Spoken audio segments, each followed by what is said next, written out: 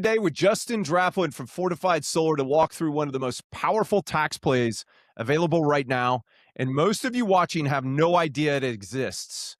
Or you've heard about solar, but you haven't heard about how this one works. Now, here's what this is for. If you're an opportunity zone investor with a deferred gain coming due December 31st, 2026, this is a must watch. April 15th, 2027, you write a check to the IRS, and we're going to show you a strategy that can make that check a fraction of what you'd otherwise pay.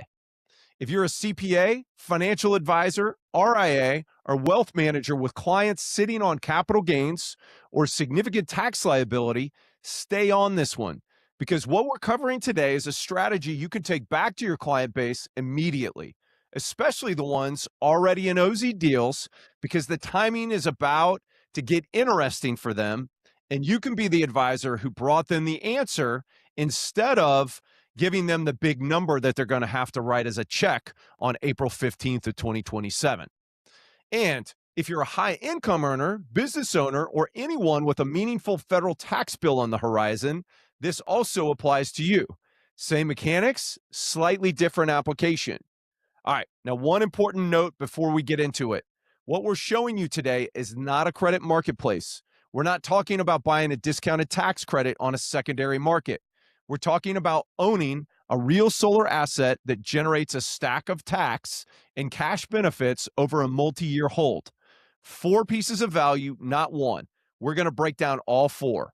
Justin and his team at Fortified Solar manufactures solar technology in Greenville, South Carolina, and they've built one of the most awesome solar ownership programs available in the country with some of the best documentation that I've seen.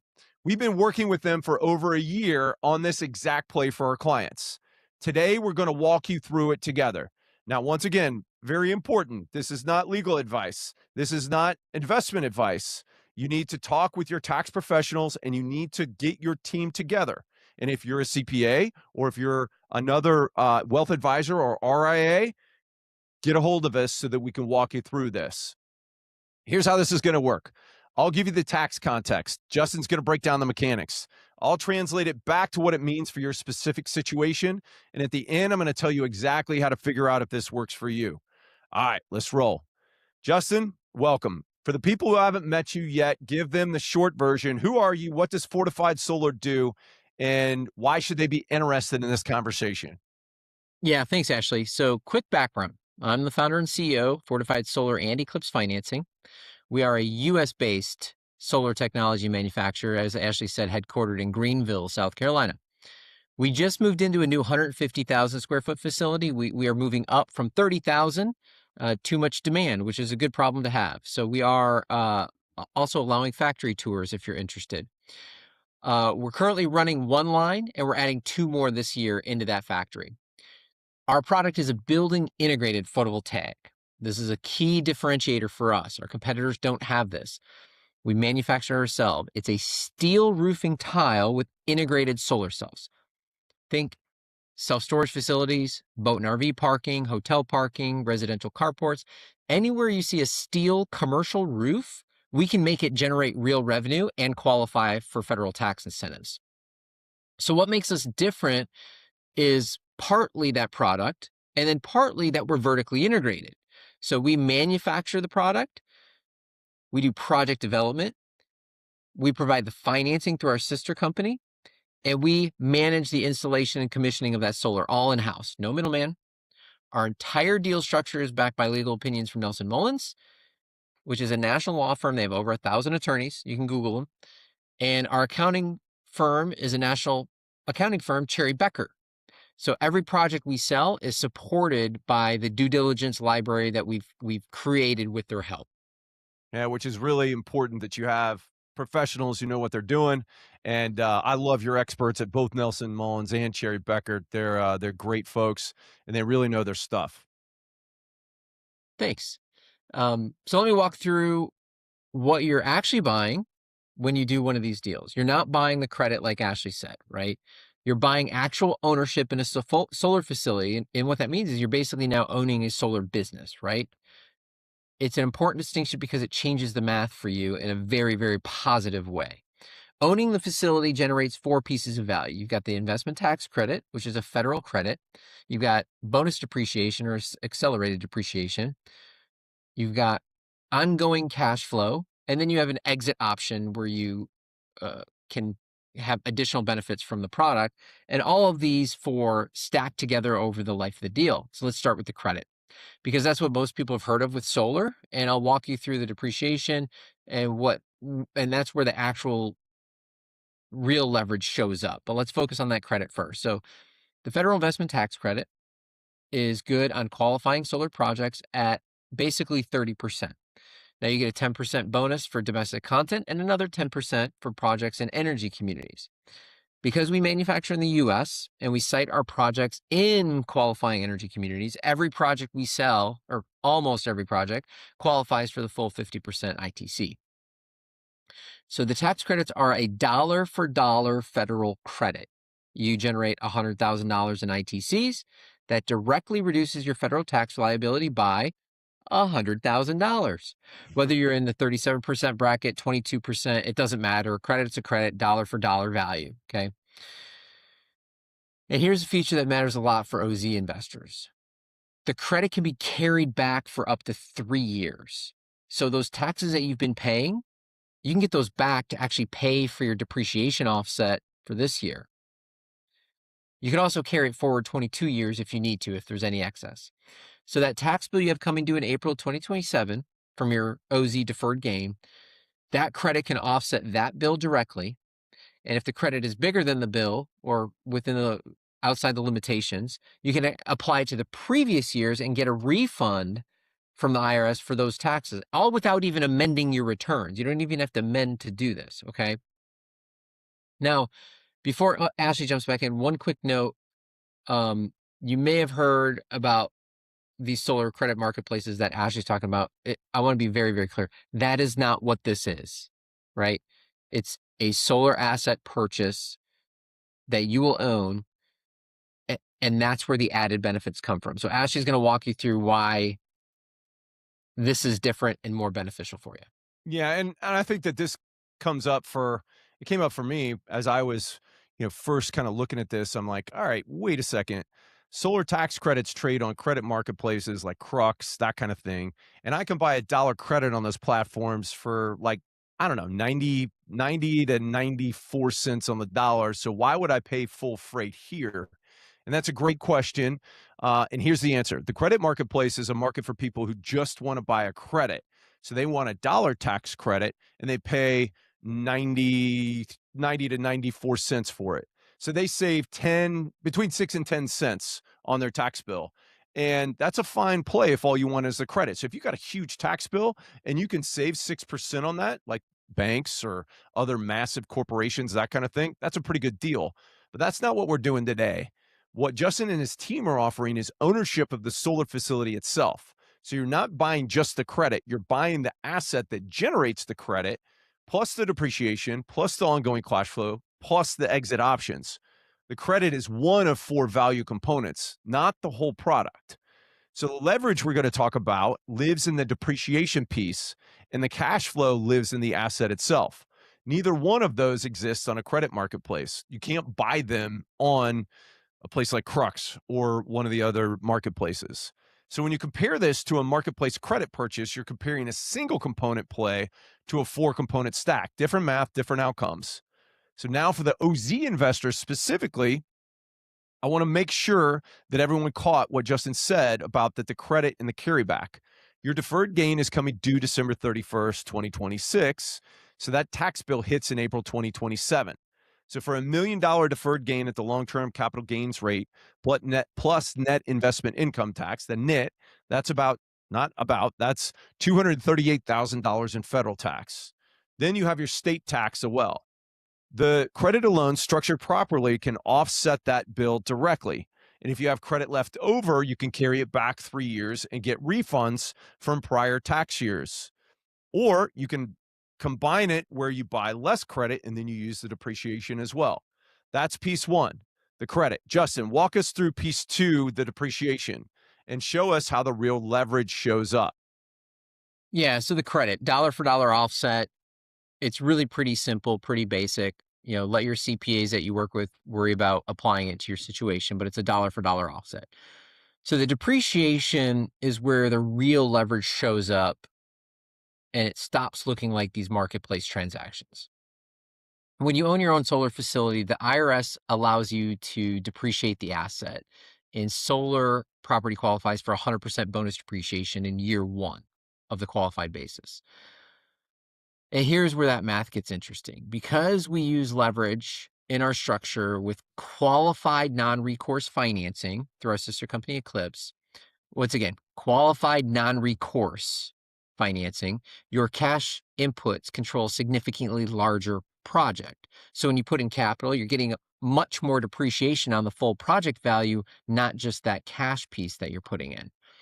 So the way Ashley and I have modeled it for OZ investors, and this is an exclusive. This is an OZ specific structure that I've developed with Ashley for OZ investors, because the depreciation aspect on this, after you take out that credit, dollar for dollar offset, you're left with basically a 20-to-1 depreciation play. Meaning, for every dollar outside the credit to credit, for every dollar, you have $20 of depreciation deduction on top of it. 20-to-1 with non-recourse debt. So that deduction can offset ordinary income, K-1 distributions, capital gains. Depending on how it's structured, we can offset all of these income sources for you. That is not on the credit marketplace, right? This depreciation only flows to the owner of the asset. It doesn't trade. It doesn't sell at a discount. It comes with the facility, hence our structure. A few things to understand about how this gets used. If you want the depreciation to offset W-2 or active business income, you need to satisfy material participation, which is essentially 100 hours of participation for our single member LLC of involvement in that qualifying activity. So we actually provide the software to do all of this. The platform tracks your time. You can add it. Your advisors have access to it to make sure you're staying compliant with that material participation. And the activities on there have been reviewed by Nelson Mullins as qualifying as material participation activities. Now, if you're using it to just offset passive income, like rental real estate, K-1 distributions, passive capital gain, you don't even need the material participation piece. Just forget all that. Just the transaction is enough. You don't need to worry about the 100 hours or anything like that. And again, our financing is structured as qualified non-recourse. So there is no personal guarantee for that debt that's part of that leverage. The loan is housed in your single member LLC that you'll set up. That will own the facility. The debt service is covered by the revenue from the host site. So typically that self-storage operator who uses the solar in their facility, and they'll pay you for the use of that facility. After a hold period, you have options, right? Our solar is connected to that self-storage facility, which is generally an appreciating asset, as opposed to a straight solar play, which would be a depreciating asset. And what means you have a bigger value potential at the end of that 5-year window. That's why you could get the donation. Yep. So now you have these options. You can continue to cash flow it, but now you can also donate that asset that's gotten an increased value. You've taken depreciation, you've taken tax credits. Now you can take a donation piece at the end of that. So you've already gotten more than your money back on day one with the credits and the depreciation. And now you have this cash flowing asset. And now you have this additional either donation opportunity, hold, sell, that you don't have with our competitors. And now you start stacking these benefits. It gets quite crazy. So I'll kick it back over to Ashley on that.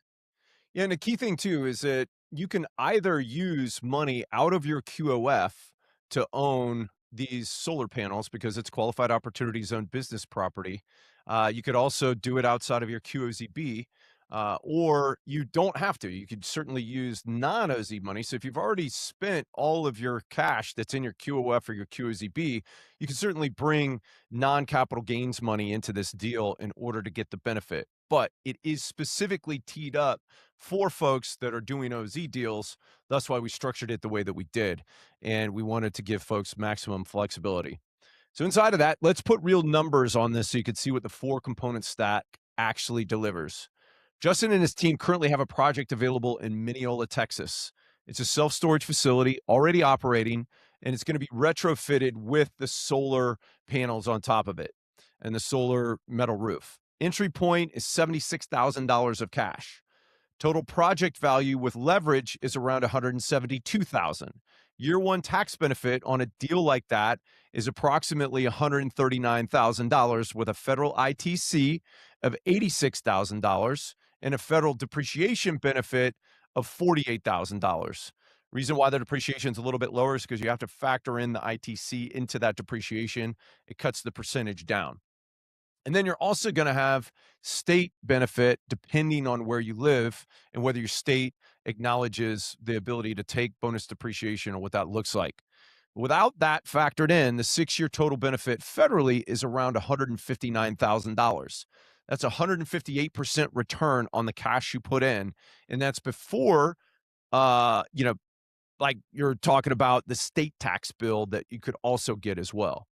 All right, so let's address objections that I know are going to be out there because they're the same ones that we've heard before when we've talked about this. First, sounds too good to be true.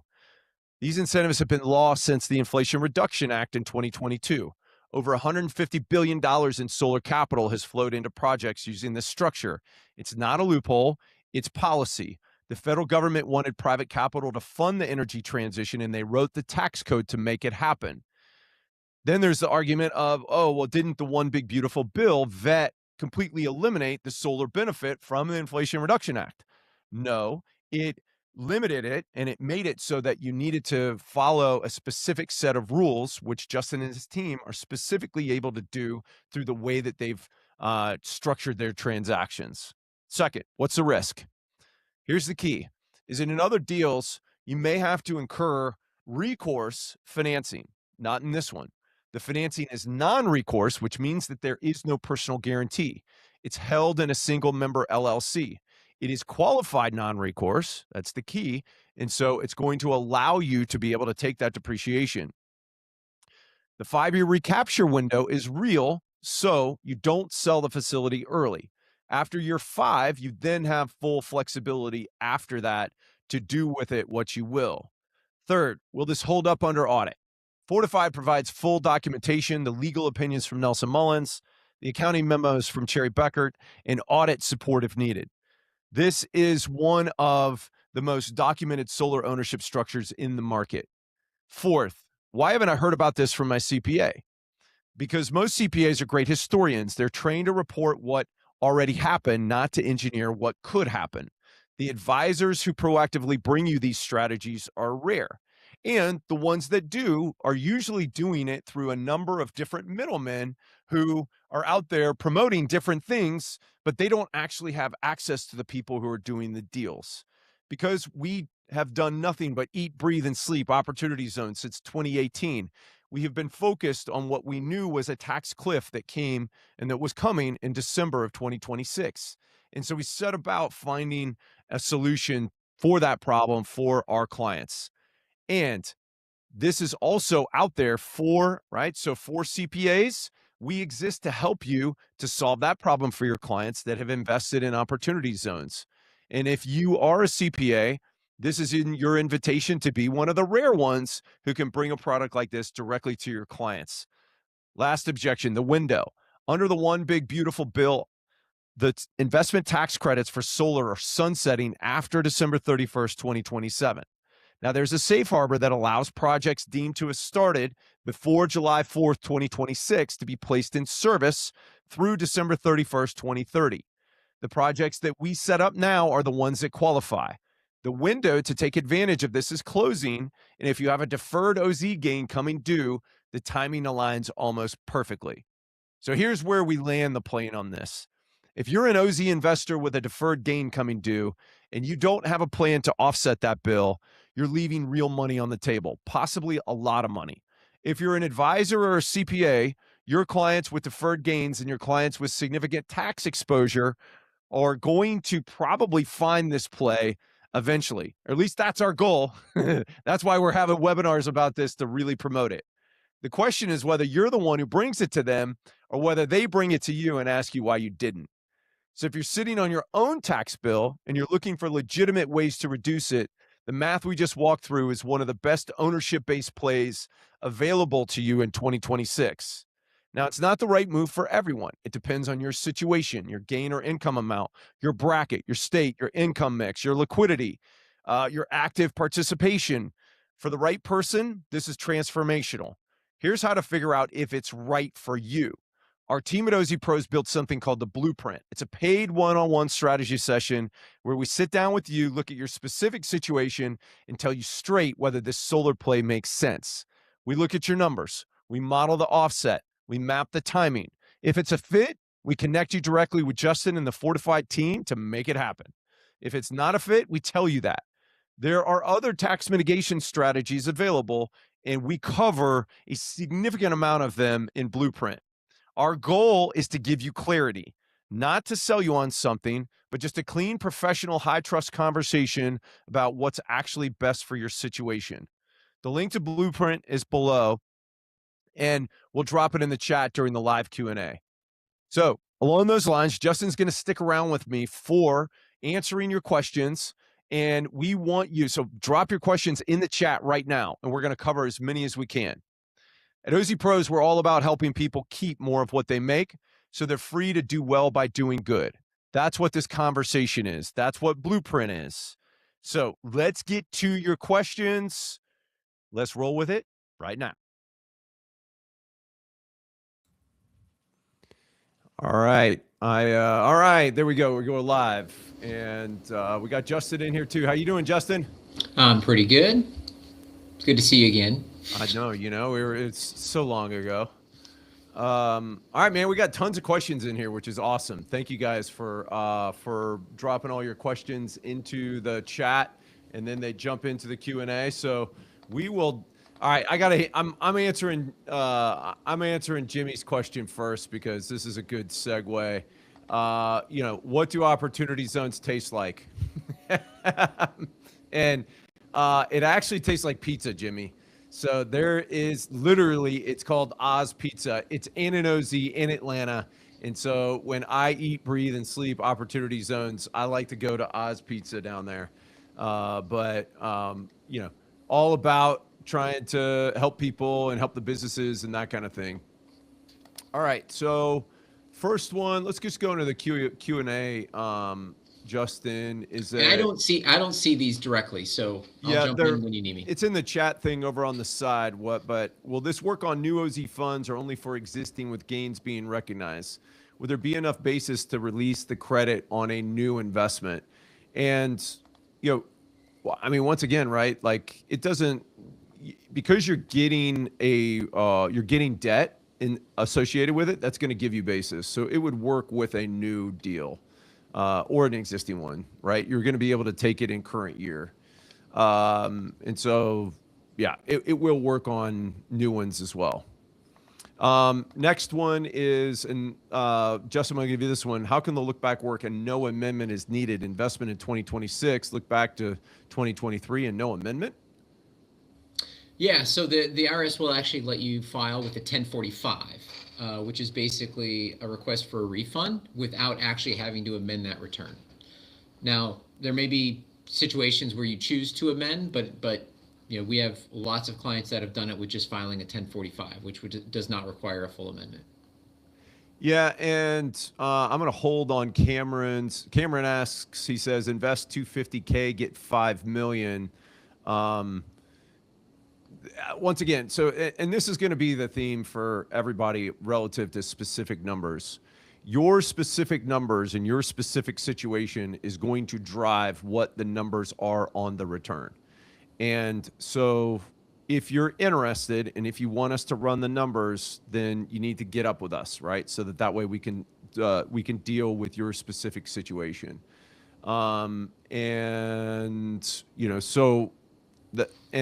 That math sounds a little bit. Well, so I think it's important to call out, like, obviously this was promoted as like a 20-to-1 depreciation play, right? So when you look at the depreciation side, I think those numbers are about accurate on the depreciation side. What that doesn't address is the credit. So the credit is marketing, right? I blame Ashley.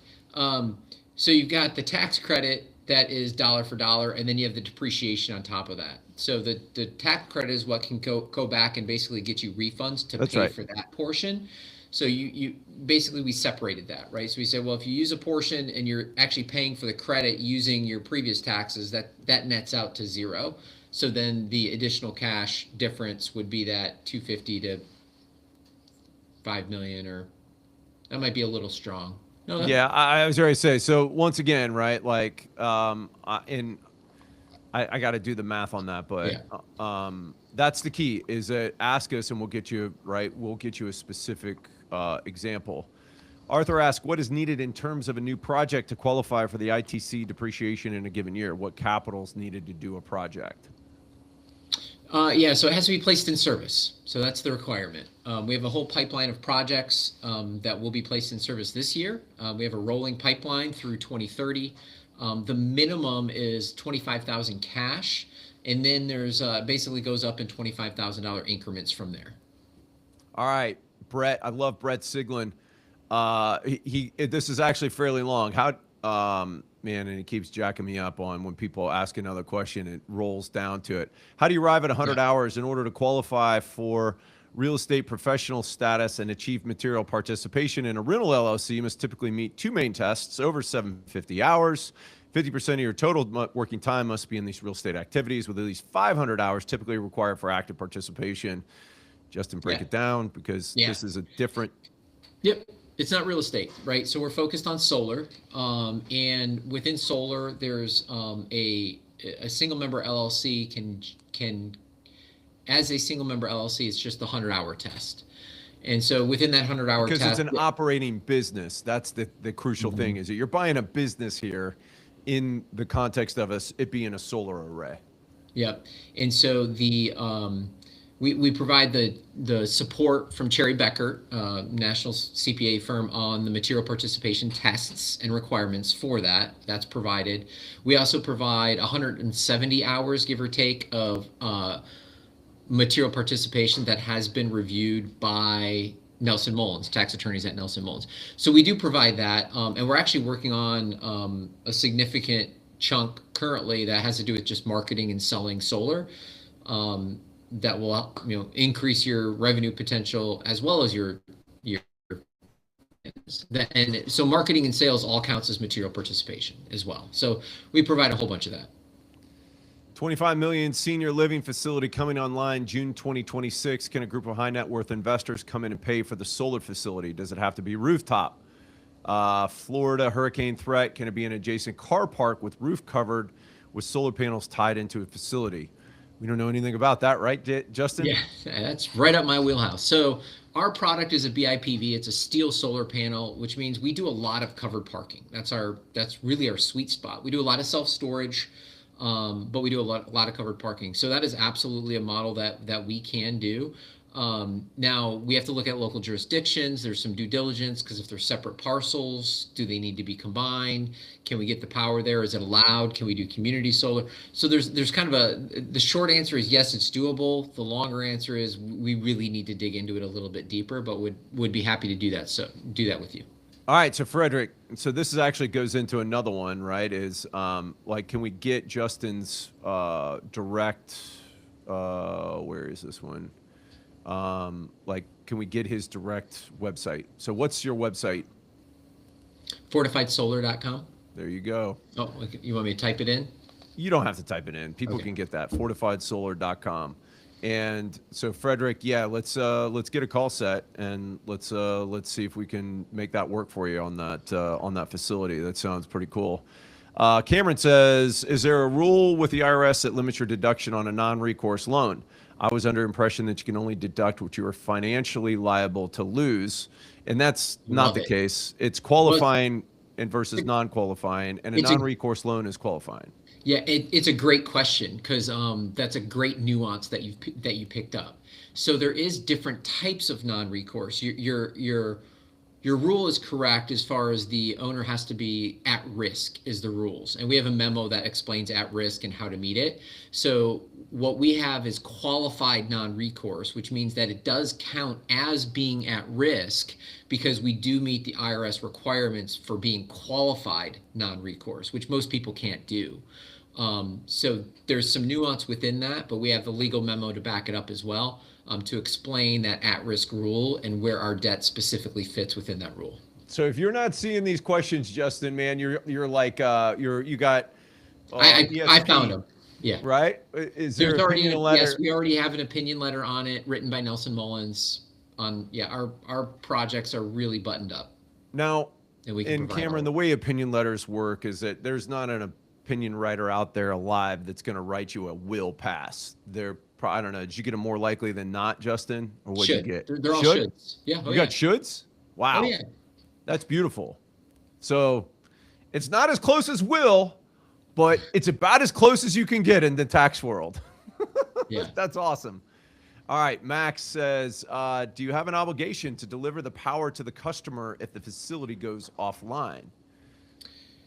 Good question. So there's some nuance there. So as the business owner, you are responsible, but as the business owner, you can also delegate that responsibility to another party, right? So as far as material participation, as the business owner, you are required, but through the structure and the other entities involved, you are basically choosing as a management decision of your business to assign that to another group. And we help organize all that for you.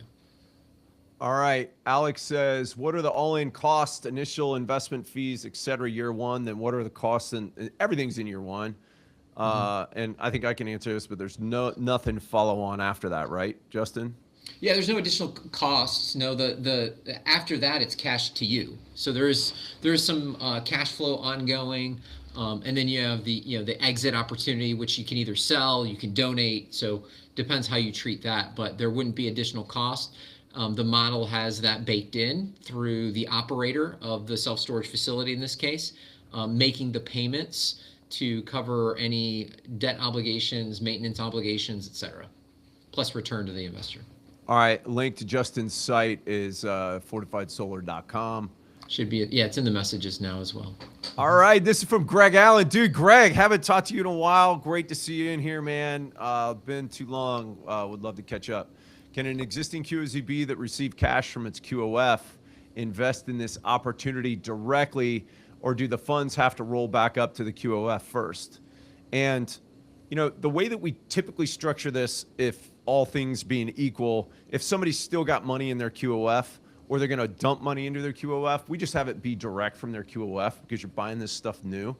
But if you've got funds inside of a QOZB, the more you stage it down, the more it gets to where they could be like, oh, is this really active participation or is it really a partnership? But when you got 99.99%, right, that's owned at the QOF level and at the QOZB level, and then you got a single member entity here, I think you're going to be okay, even if you do it at the QOZB. Well, and if you're active in that QOZB, and you buy it in that QOZB, it's actually easier to meet at-risk rules because you're buying it within your business that you're already active in.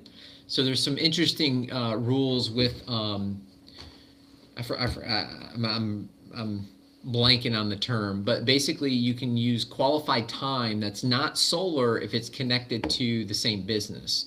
And what I mean by that is we have tax attorneys that buy our solar deals, and they can count their legal work as material participation in the solar deal. That's if they're buying it through their law firm? No, they don't have to. Okay. They don't have to. Okay.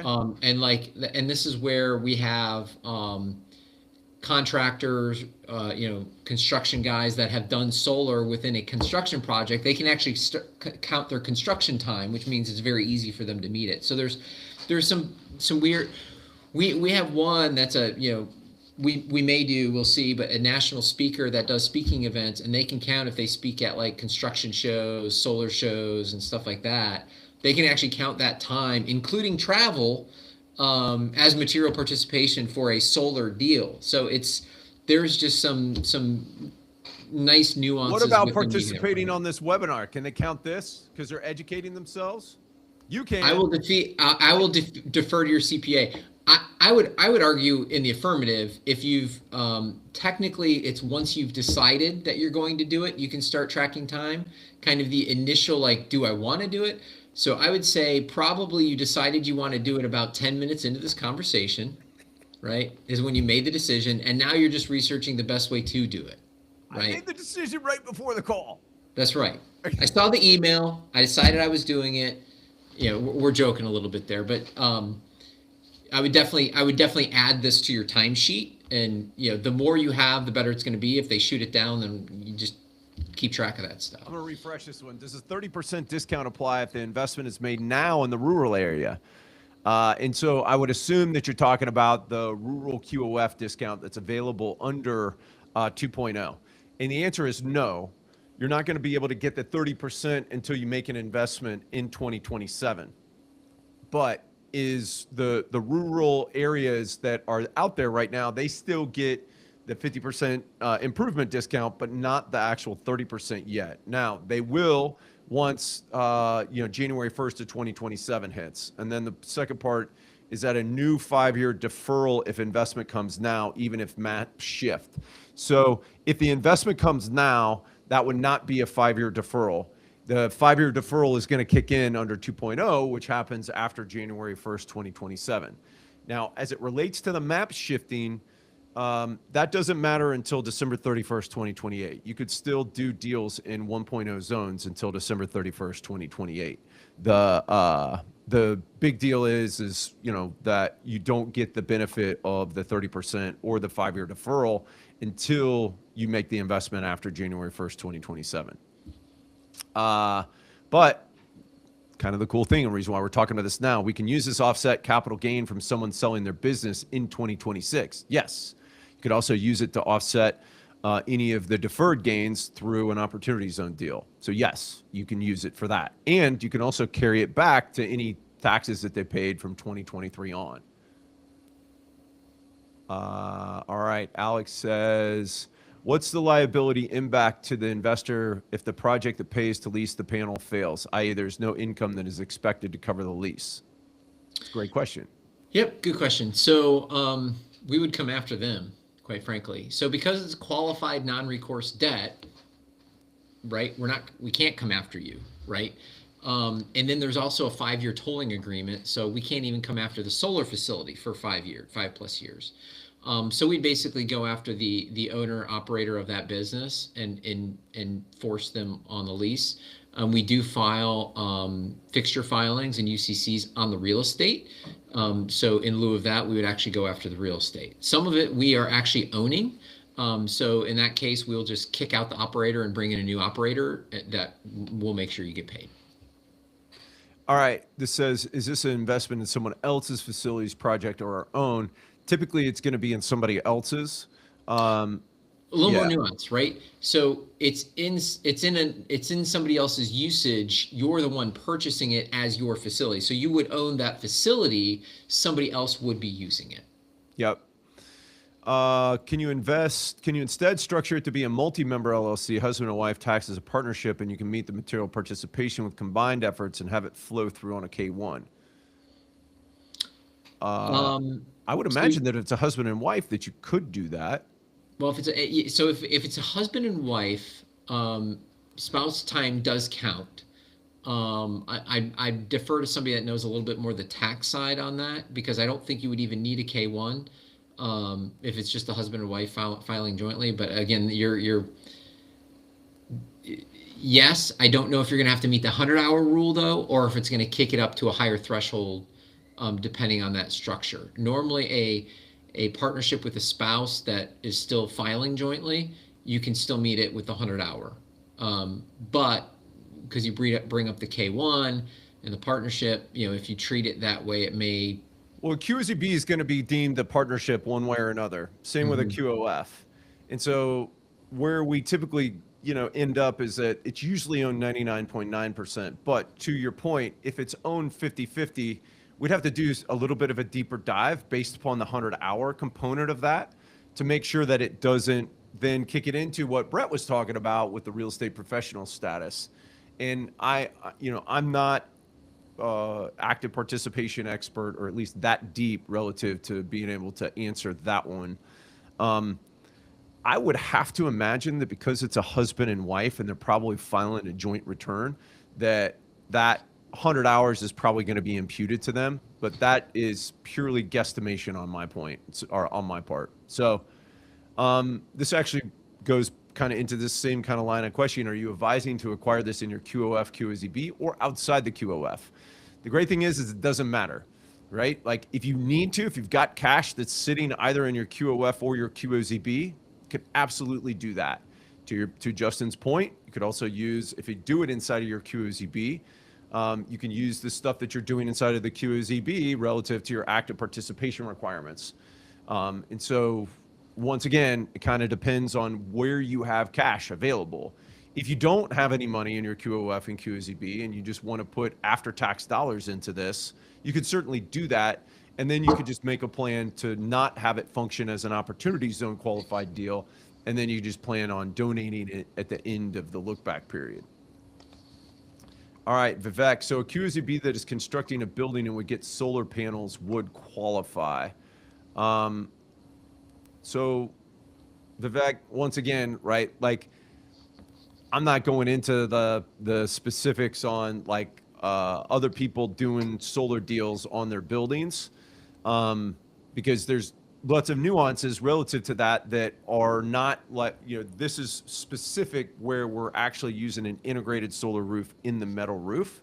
And because it's an American-made manufacturer, right, like that's what we're describing here.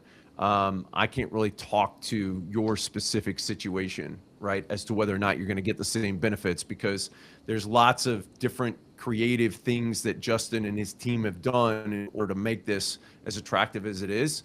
And I don't know that you would be getting the same thing. Are there any minimum solar power needs to make something happen? So can this be utilized for a major business with large power needs? Yeah, absolutely. That's like the ideal solution, right? Mm-hmm. Because you're going to cut your power costs substantially. Yeah, and there's situations like that where we can probably customize something, right? If you are that business owner and you want to take advantage of the tax benefits, that might be a one-on-one conversation. Let Ashley get some information. We want the utility bill, some other things, but there may be an opportunity in that direction, just depending on how big of a facility you would need. So. Justin says that he's already an active real estate professional for almost 20 years. And can I apply some of that time? Once again, right? Like, I think that that you could. That's an interesting question relative to the crossover between the real estate professional and the 100 hours of active. You'd probably be better off just going on the 100 hours active and including that inside of your business. But it seems like from what Justin was talking about earlier that it would apply. Yeah, again, I track it, but there's easy ways to ensure that it applies, as far as like if you're in development, like any thought or research you're doing on potentially doing solar as part of that development company, it kind of drags your whole company into it, because it's part of the same development is development. So I would defer to your CPA on their comfort level of your material participation, and we can certainly help you with that. But it's generally easier for people like that to qualify. Yes. All right. Max says, do these projects generally lose credit eligibility if they're placed in service after December 31st, 2027? So I think the point that you're getting at is that the credit expires at the end of 27. However, OB3 did carve out specific safe harboring provisions as it pertains to physical work of a significant nature, offsite or onsite. The offsite pertains to custom solar component manufacturers, which we are. In short, we have a lot longer runway than everybody else because of the law, because of OB3, because of the safe harboring. So if you buy a 2026 deal that we tell you we're going to place in service in 2026, we have not missed a date yet. So the intent would be to put it in 2026. It's But actually incredible how fast they've gotten these deals done. yeah, and then the other thing is, if you want to go in 27 or beyond, we can actually cover that with you as well. If you do a deal with us right now, like this year, we'll actually write that contract as a master contract and give you coverage so you can have the option to do the deals over the next 5 years or so. It's a little more nuanced than that, but again, like we can certainly go beyond that. All right, Brad, we got you. Even though you're driving and have very spotty reception, we will definitely follow up with you. All right, Chris says, could we create a pipeline of new businesses in OZ 1.0 map till 2028 and qualify for 10-year capital gain benefit? Is there interest to build another manufacturing facility in Michigan if we could create a pipeline of customers in that region?